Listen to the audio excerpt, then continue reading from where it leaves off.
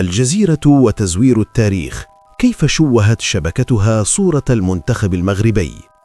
في واقعة صحفية أثارت الجدل، اكتفت شبكة الجزيرة القطرية وليكيب الفرنسية بسحب منشور خاطئ عن انسحاب مزعوم للمغرب من كأس إفريقيا 1976 دون أي اعتذار صريح أو توضيح مهني.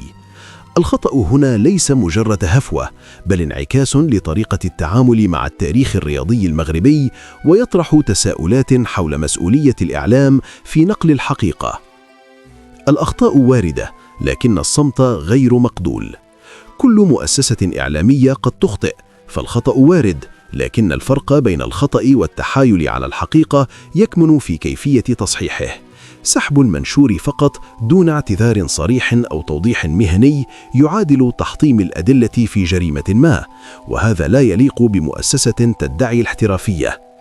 المغرب وتاريخ كأس إفريقيا 1976. المغرب لم يحصل على كأس إفريقيا 1976 صدفة أو بمناورة. هذا الإنجاز جاء نتيجة جهد جيل كامل قاده المرحوم أحمد فرس، وترك بصمة في ذاكرة الأمة الرياضية. تزوير أو تحريف هذا الحدث ليس مجرد خطأ صحفي، بل مس بصورة البلد ومصداقيته التاريخية. تحيز إعلامي أم لعبة قوة ناعمة؟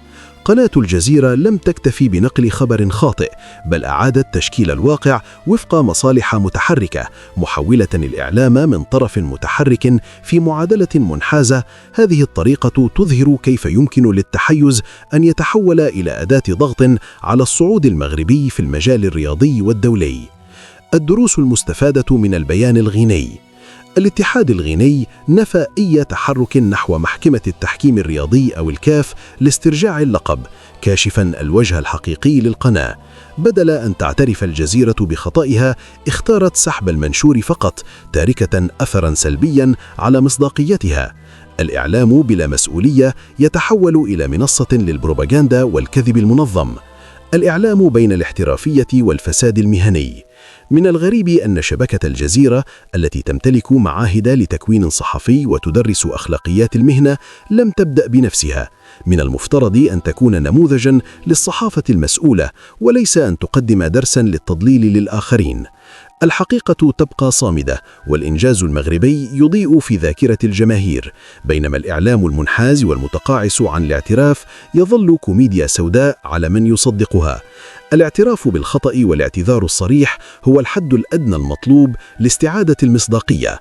المنشور دون اعتذار مباشر أو توضيح واضح أمام الجمهور هو مجرد خطوة جزئية لدفن العار المهني، ولا يفي بالغرض أمام الجمهور الذي تم تضليله.